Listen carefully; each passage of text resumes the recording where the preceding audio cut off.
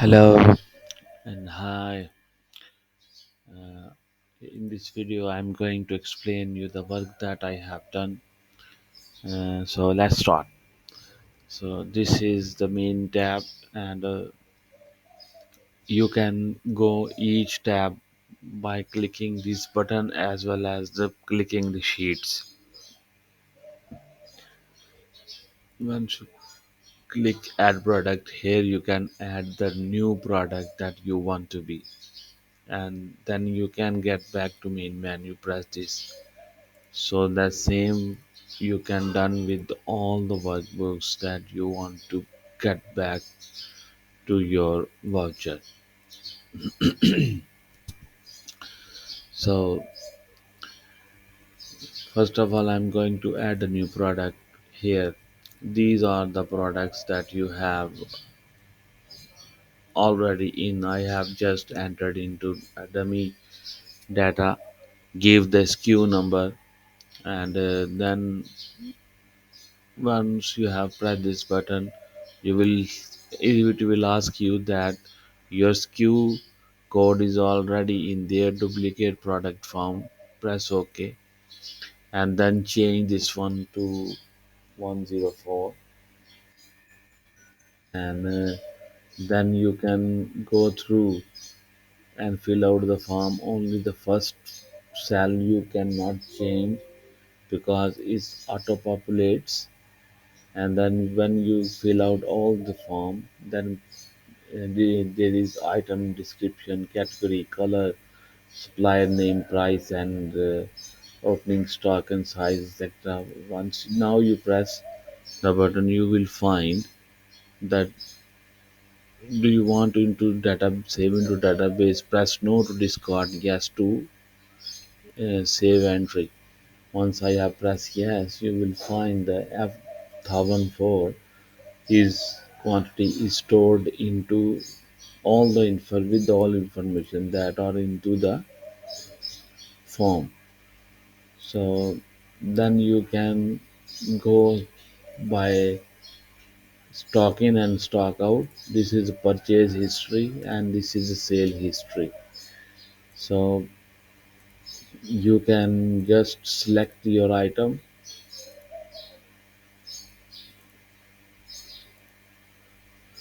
and purchasing amount at the time and the quantity that you have purchased for. Once you have and then first of all, then you can select the date from the navigation from this drop down list for a year, and after selecting the date, these keep in mind that you have to fill only the rate, quantity, and the select the item from the drop down list with the same when you do enter with the stock, uh, with the stock, okay, the stock out. So here you can also press this button to save into history.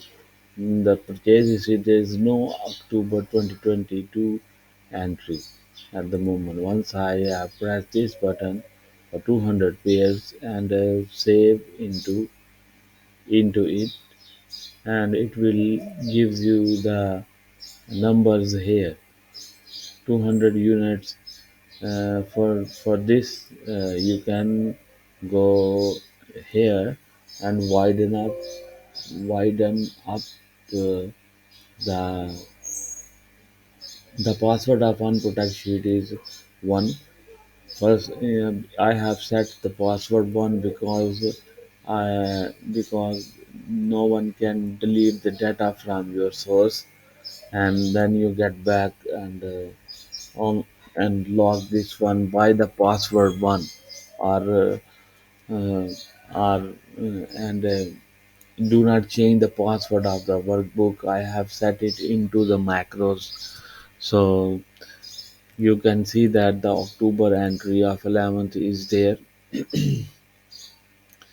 and Now you can go back there and select the October date again from here, any October, and to sell out your product, and same, select the item